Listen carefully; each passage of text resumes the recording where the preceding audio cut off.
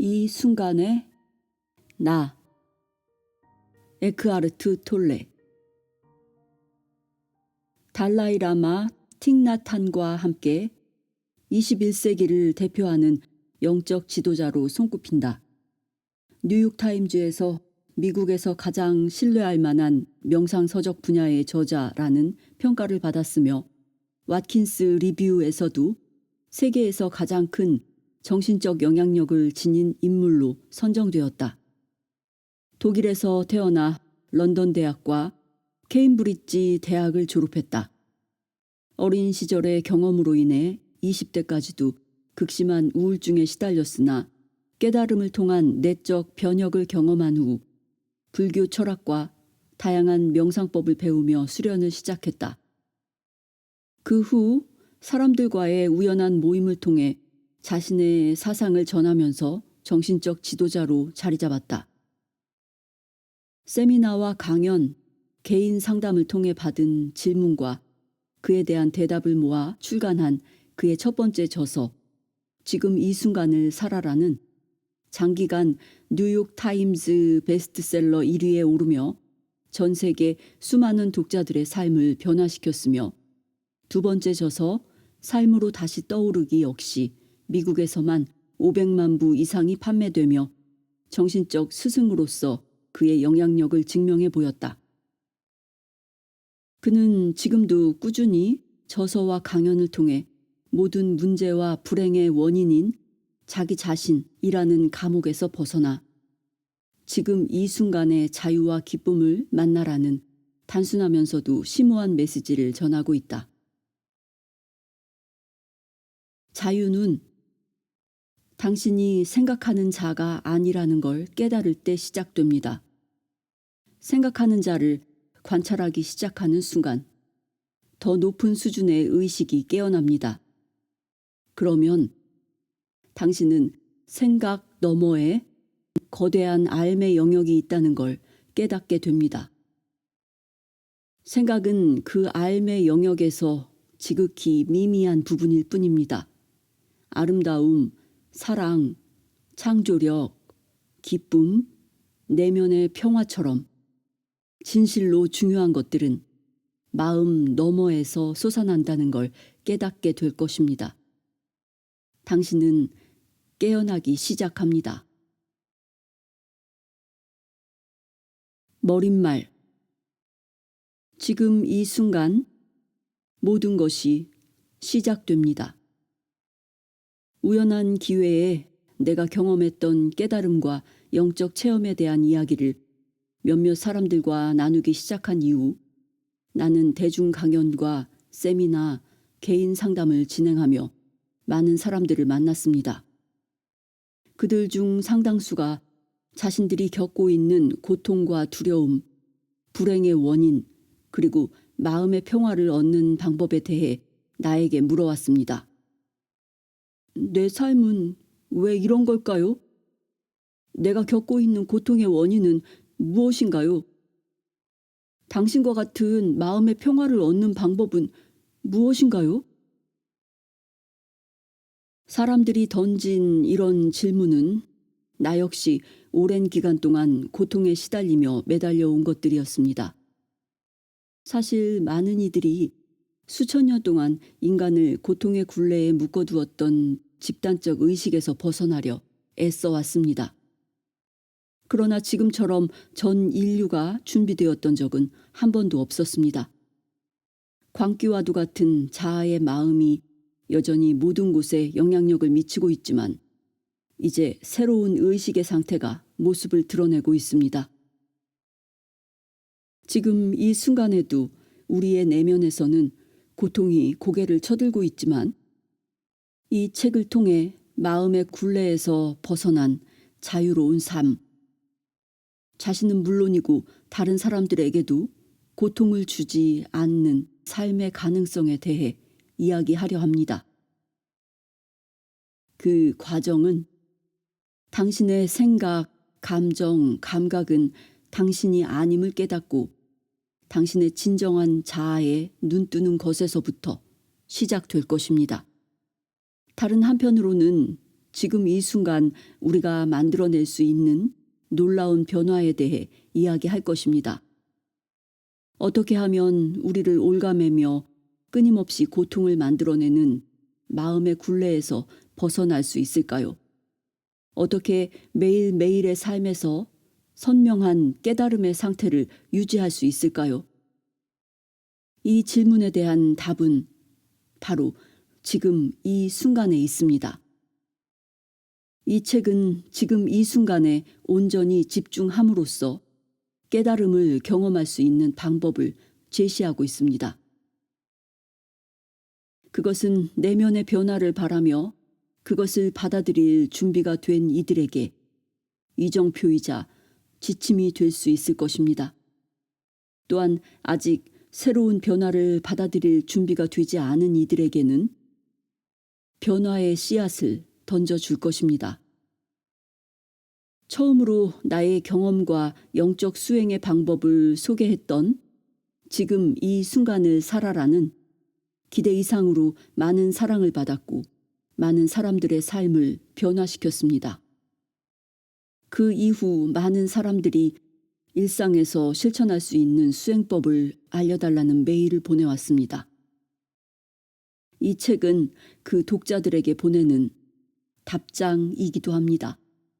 그러나 이 책은 실행과 연습만을 위한 것이 아닙니다. 앞에 책에서 소개한 생각과 개념들을 이해하기 쉽게 독자들에게 상기시킬 뿐입니다. 그것을 일상생활 속에서 실행에 옮길 수 있는 실천적 메시지를 담고 있습니다. 또한 이 책에는 명상적 독서를 위한 구절이 많습니다. 명상적 독서는 새로운 정보를 얻기 위해 책을 읽는 데 그치지 않고 독서를 통해 새로운 의식 상태로 들어가는 것을 말합니다. 그러기 위해서는 같은 구절을 여러 번 반복해서 읽는 것이 도움이 됩니다. 각각의 구절을 여러 차례 읽다 보면 읽을 때마다 새로운 깊이와 의미를 느낄 수 있을 것입니다. 혹은 휴식을 취하며 조용히 생각할 시간을 갖고 싶을 때 집히는 대로 아무 페이지나 펼쳐서 몇 구절만 읽어도 좋습니다. 이런 과정을 통해 내면의 변화를 갈망하여 처음으로 이 책을 펼친 독자들은 물론이고 구체적인 실행법을 찾고자 하는 이들 모두에게 이 책이 길잡이가 되어줄 것입니다. 에크하르트 톨레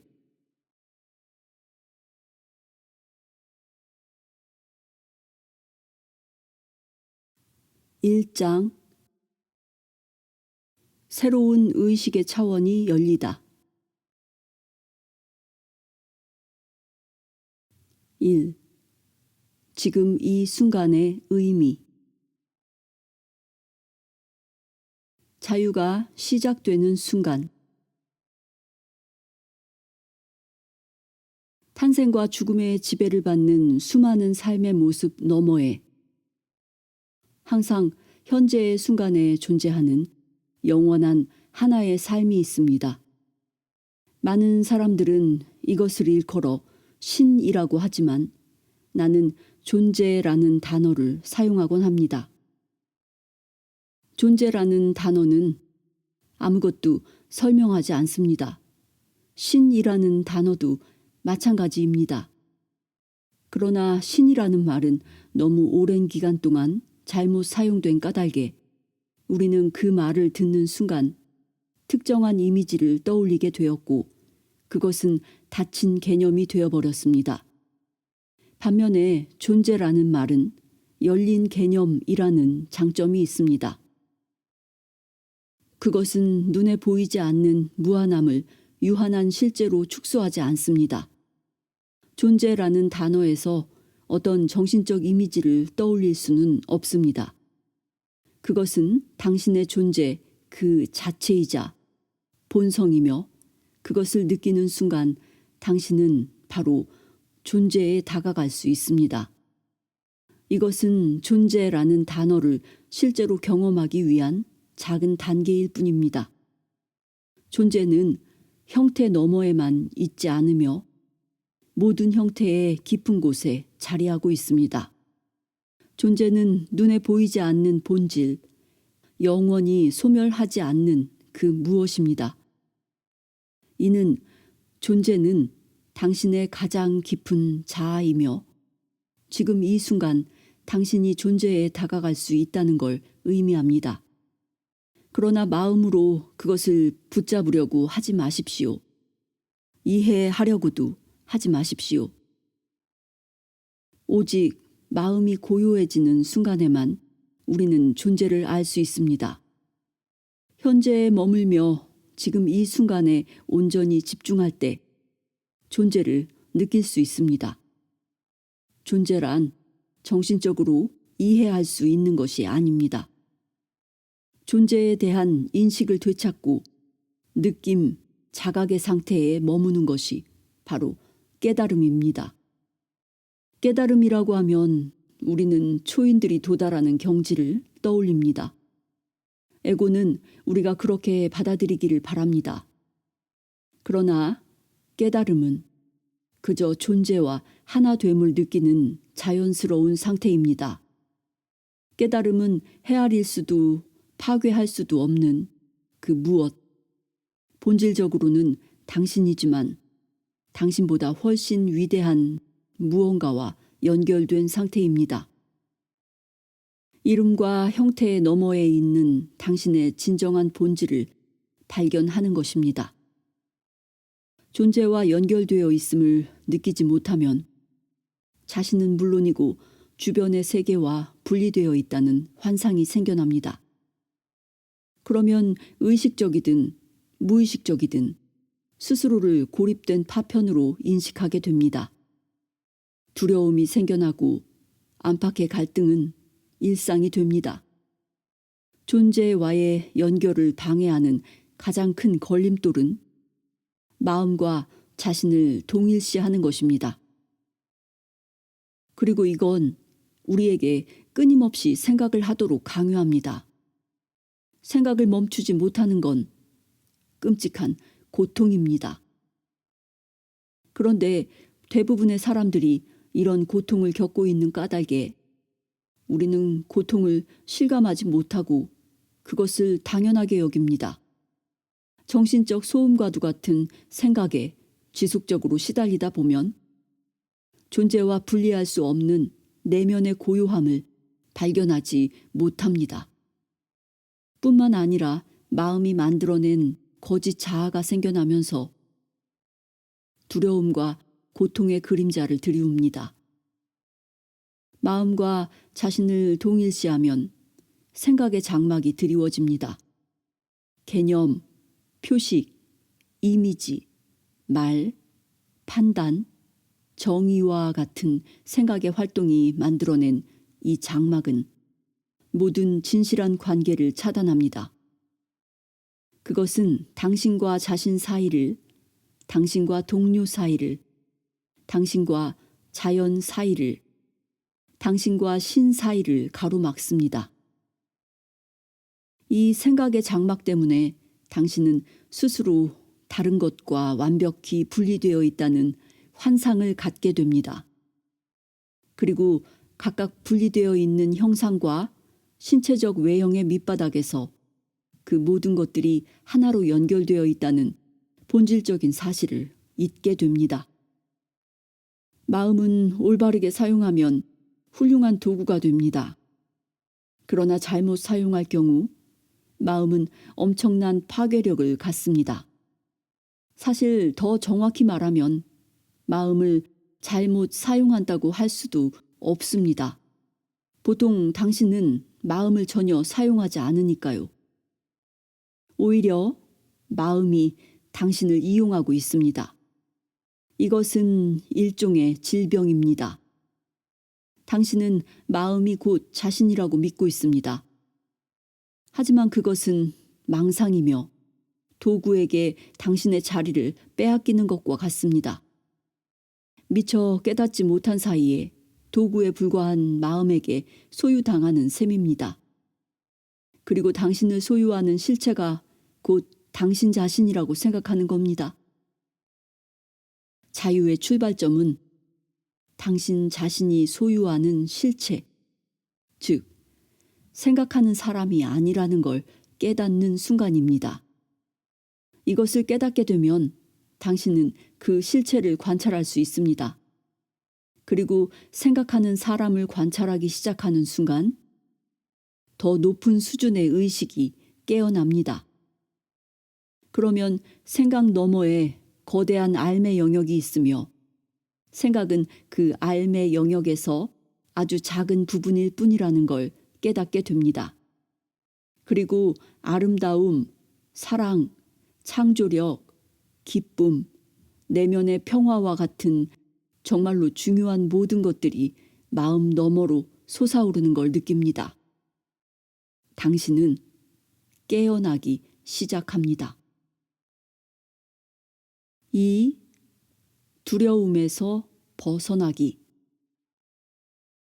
마음이 만들어낸 두려움. 두려움을 느끼는 순간의 심리적 상황은 구체적이고 실제적이며 즉각적인 위험에 처했을 때와는 다릅니다. 두려움은 불안, 근심, 걱정, 신경 과민, 긴장, 무서움, 공포 등 다양한 모습으로 나타납니다. 이런 종류의 심리적 두려움은 미래의 어느 순간에 일어날지도 모를 무언가에 대한 것이며 지금 일어나고 있는 일에 대한 두려움이 아닙니다. 당신은 지금 이곳에 있지만 당신의 마음은 미래에 있습니다. 이것이 당신이 불안을 느끼는 이유입니다. 또한 자신을 마음과 동일시하며 지금 이 순간이 가진 힘과 단순함에서 단절될 때 불안은 그림자처럼 당신을 따라다닙니다. 현재의 순간에는 언제나 대처할 수 있지만 마음이 투영된 것에 불과한 미래에 대해서는 어떻게 해볼 도리가 없습니다. 게다가 자신을 마음과 동일시하는 동안 당신의 삶은 에고에 의해 좌우됩니다.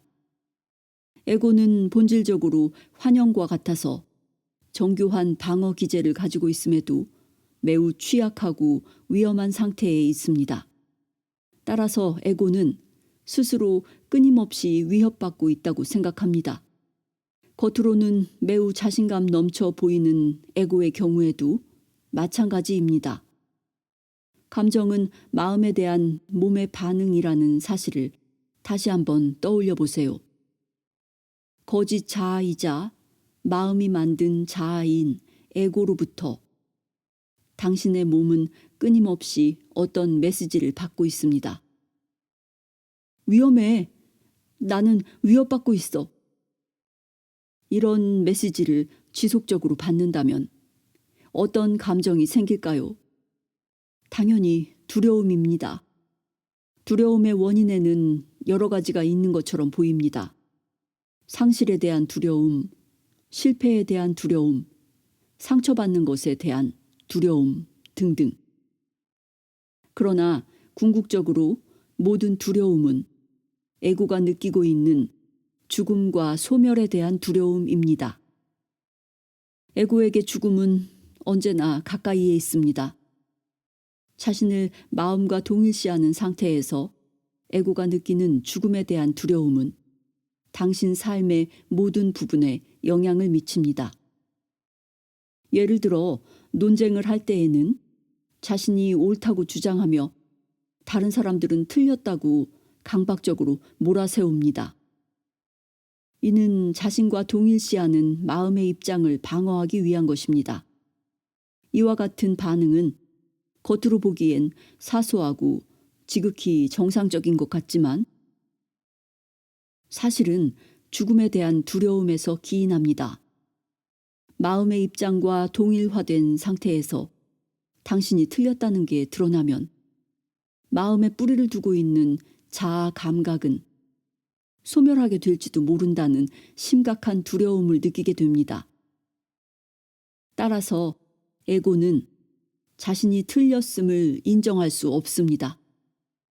틀린다는 건 곧 죽음을 의미하기 때문입니다. 수없이 많은 관계가 깨지고 전쟁이 벌어지는 이유가 여기에 있습니다. 일단 자신을 마음과 동일시하지 않으면 당신이 옳거나 틀렸다는 사실은 자아 감각에 아무런 영향을 미치지 않습니다.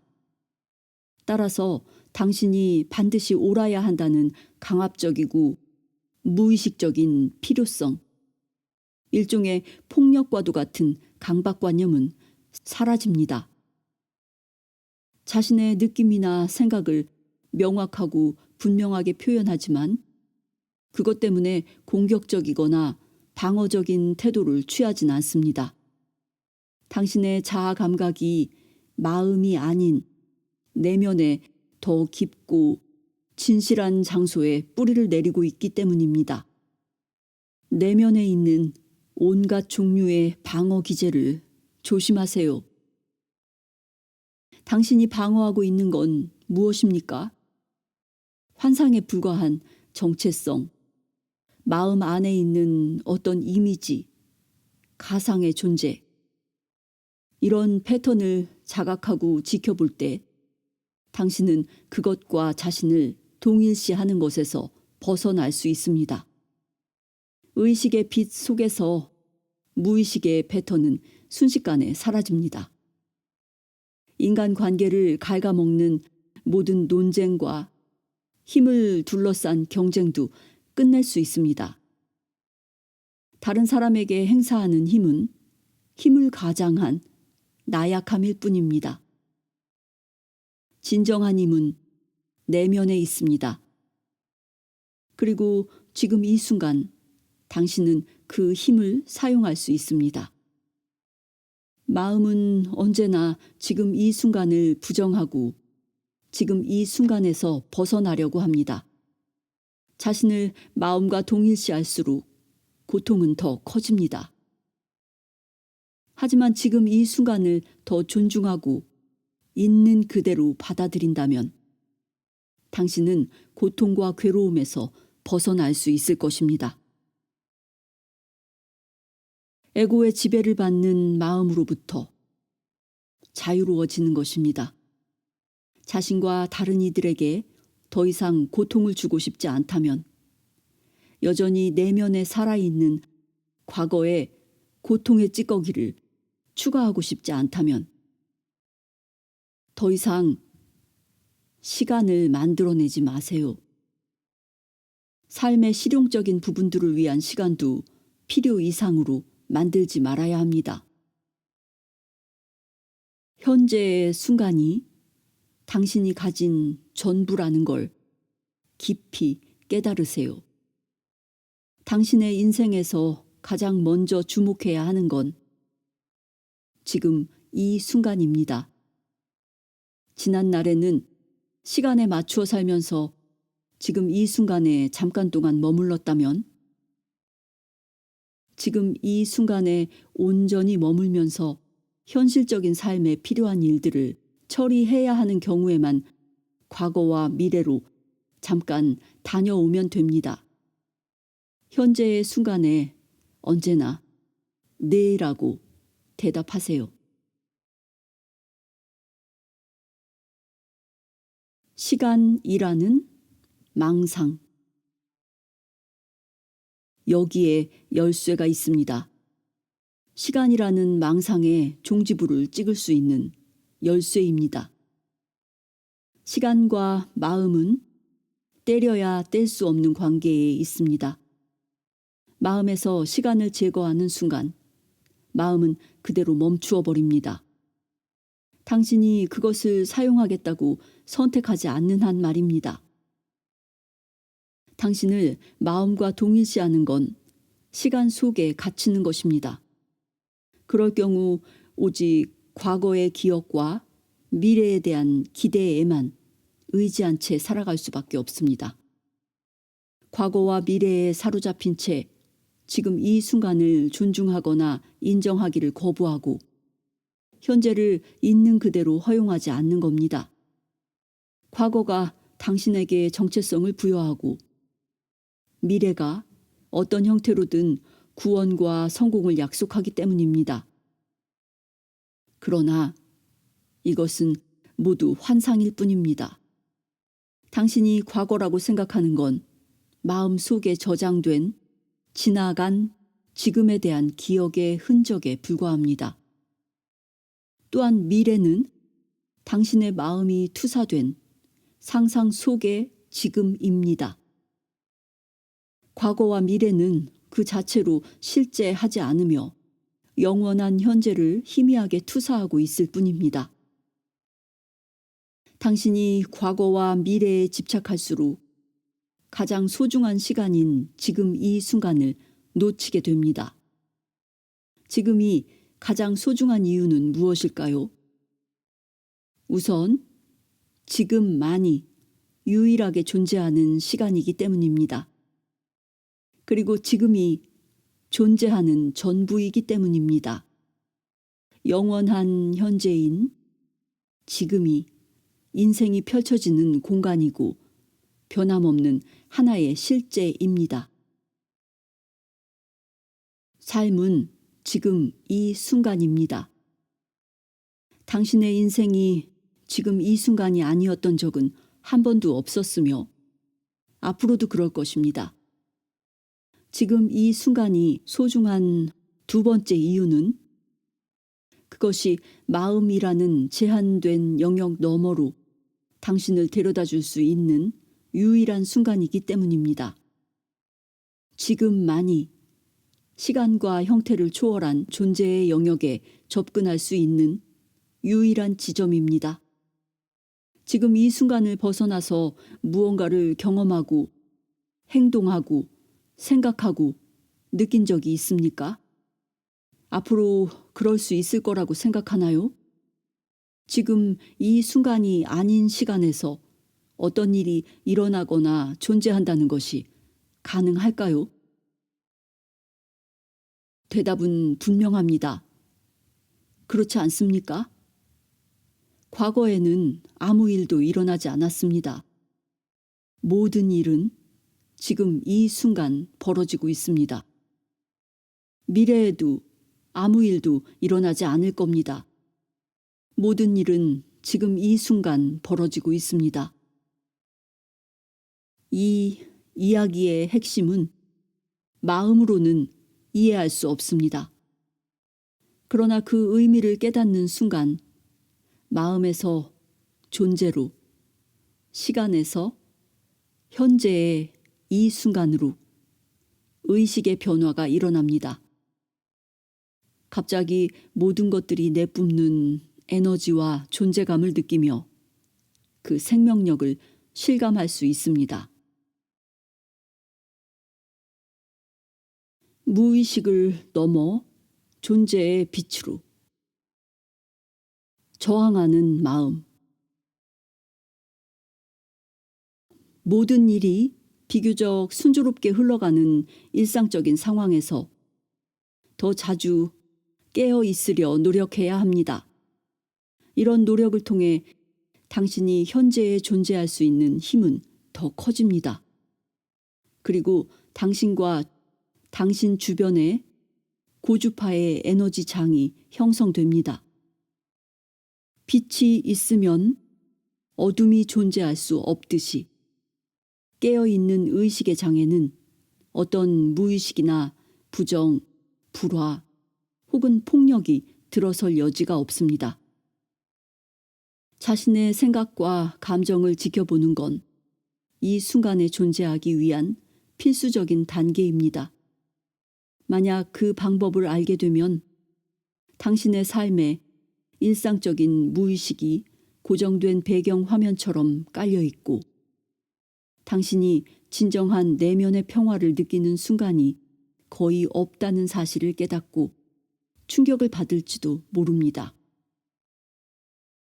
우선 당신의 생각을 지켜보면 자신이 무언가를 판단하고 불만을 표현하며 지금 이 순간과는 동떨어진 상상에 사로잡혀 강력하게 저항하고 있음을 알게 됩니다.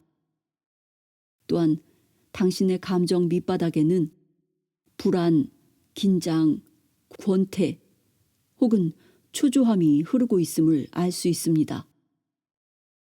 이 모든 것이 습관적으로 저항하는 마음의 방식입니다. 불필요한 판단을 하거나 있는 그대로에 저항하거나 지금 이 순간을 부정할 때 어떻게 당신 내면에서 불안과 불만, 긴장이 생겨나는지 지켜보세요. 하지만 당신이 그곳에 의식의 빛을 비추면 무의식적인 것은 모두 사라집니다.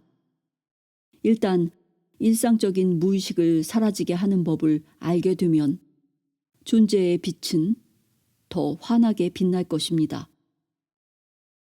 또한 무의식이 당신을 끌어당길 때마다 더 수월하게 무의식에서 벗어날 수 있게 될 겁니다. 그러나 일상의 무의식은 너무도 평범해서 처음에는 알아차리기 쉽지 않습니다.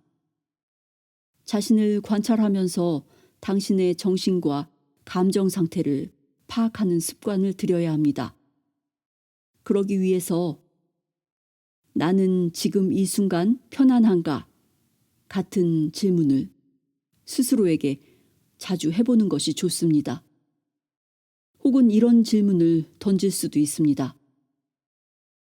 지금 이 순간 내 안에서 무슨 일이 일어나는가? 외부에서 일어나는 일에 관심을 갖는 만큼 당신의 내면에서 무슨 일이 일어나고 있는지에도 관심을 기울이세요. 당신의 내면을 올바로 파악하고 있다면 외부의 일은 제자리를 찾아가게 마련입니다. 중요한 현실은 내면에 있으며 외부에 있는 건 부차적인 것에 지나지 않기 때문입니다. 하지만 앞에서 말한 질문에 즉시 대답하진 마세요. 그보다는 관심을 당신의 내면으로 돌려 자신의 내면을 들여다보세요. 당신의 마음은 어떤 종류의 생각들을 만들어내고 있습니까? 당신은 무엇을 느끼고 있습니까? 이번에는 몸으로 시선을 돌려보세요. 당신의 몸은 긴장하고 있나요? 마음 밑바닥에 불안감이 자리하고 있음을 느꼈다면 당신이 지금 이 순간을 부정하면서 어떤 식으로든 삶을 회피하고 삶에 저항하고 삶을 부정하고 있지는 않은지 살펴보세요. 사람들은 다양한 방식으로 현재의 순간에 무의식적으로 저항합니다. 하지만 수행을 통해 자신을 관찰할 수 있는 힘을, 내면의 상태를 파악할 수 있는 힘을 기를 수 있습니다.